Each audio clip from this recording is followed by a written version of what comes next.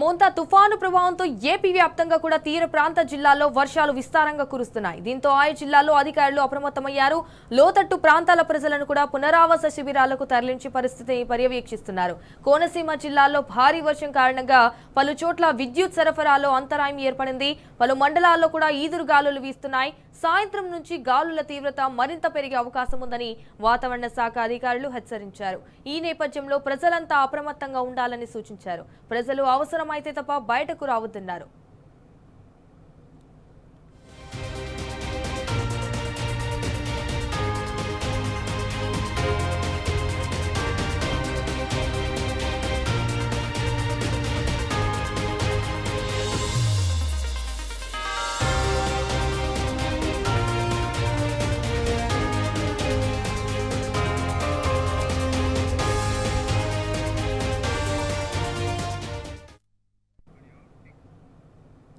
కాకినాడ జిల్లా ఉప్పాడ తీరంలో కెరటాల ఉధృతి మరింత పెరిగింది. ఈ ప్రభావంతో ఉప్పాడ నుంచి కాకినాడ వెళ్లే బీచ్ రోడ్డు ధ్వంసమైంది. తుఫాను ప్రభావంతో విశాఖ జిల్లాలో రాత్రి నుంచి వర్షం కురుస్తోంది.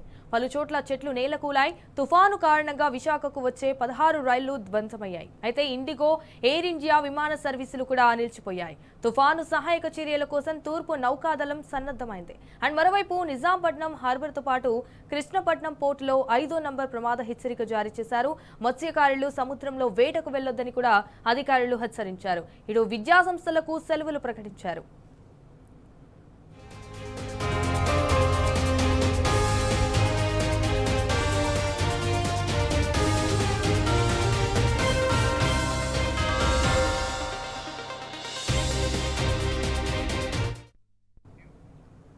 ఇదే విషయానికి సంబంధించి మరిన్ని డీటెయిల్స్ మా ప్రతినిధి అరవింద్ ఫోన్ ద్వారా అందించడానికి అయితే సిద్ధంగా ఉన్నారు.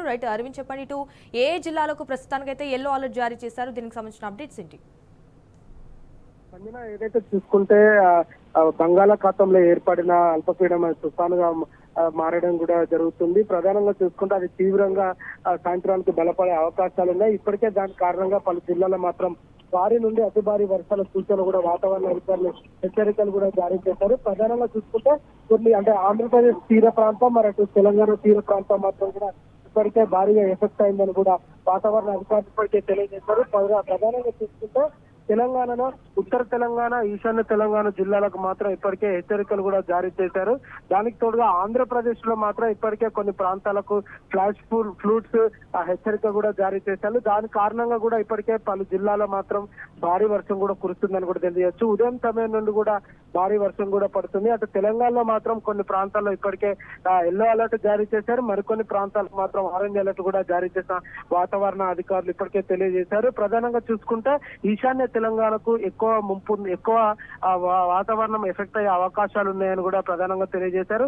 అటు ఉత్తర తెలంగాణ, ఇటు ఈశాన్య తెలంగాణలో రెండు ప్రాంతాలకు కూడా భారీ వర్షాలు ఉన్నాయని కూడా వాతావరణ అధికారులు హెచ్చరికలు కూడా జారీ చేశారు. ఈశాన్య తెలంగాణ చూసుకుంటే ఖమ్మం, మహబూబాబాద్, ములుగు జిల్లాలో, జయశంకర్, భూపాలపల్లి జిల్లాలో ఈ ప్రాంతాల్లో కూడా భారీ వర్షం ఉంటుందని తెలిపారు. అటు ఉత్తర తెలంగాణ చూసుకుంటే ఆదిలాబాద్, కొమరంభీం, జగిత్యాల ఈ ప్రాంతాల్లో కూడా భారీ వర్షం ఉంటుందని కూడా వాతావరణ అధికారులు కూడా హెచ్చరికలు కూడా జారీ చేశారు. ప్రధానంగా చూసుకుంటే ఏదైతే రానున్న 3 రోజుల పాటు తెలంగాణలో కూడా భారీ వర్షం కూడా ఉంటుందని కూడా వాతావరణ అధికారులు తెలియజేశారు. సంజన.